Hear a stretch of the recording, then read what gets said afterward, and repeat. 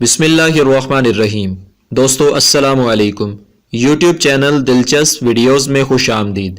دوستو اگر آپ نے ابھی تک ہمارا چینل سبسکرائب نہیں کیا تو پلیز ہمارا چینل سبسکرائب کریں اور بیل کے بٹن کو لازمی دبائیں تاکہ آپ کو ہماری نئی ویڈیوز سب سے پہلے مل سکیں۔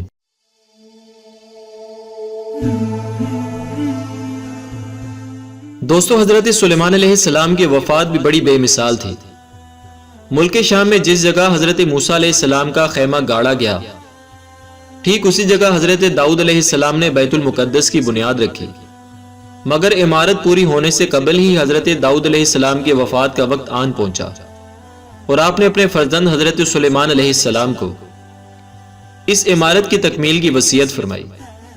چنانچہ حضرت سلیمان علیہ السلام نے جنوں کی ایک جماعت کو اس کام پر لگایا اور عمارت کی تعمیر ہوتی رہی، یہاں تک کہ آپ کی وفات کا وقت بھی قریب آ گیا اور عمارت مکمل نہ ہو سکی تو آپ نے یہ دعا مانگی کہ الہی میری موت جنوں کی جماعت پر ظاہر نہ ہونے پائے تاکہ وہ برابر عمارت کی تکمیل میں مصروف عمل رہیں اور ان سبوں کو جو علم غیب کا دعویٰ ہے وہ بھی باطل ٹھہر جائے۔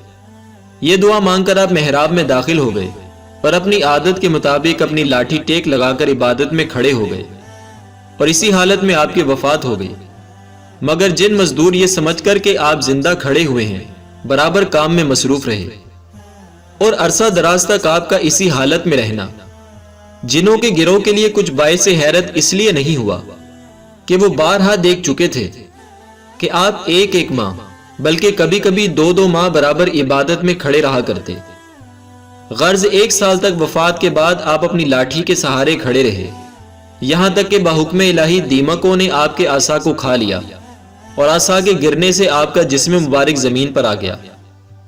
اس وقت جنوں کی جماعت اور تمام انسانوں کو پتا چلا کہ آپ کی وفات ہو گئی ہے۔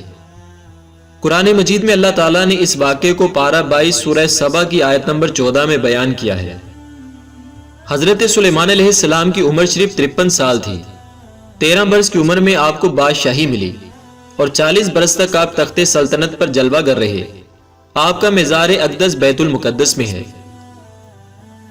دوستو ویڈیو پسند آئے تو اسے لائک اور شیئر کریں اور ہمارا چینل سبسکرائب کرنا نہ بھولیے گا۔ شکریہ۔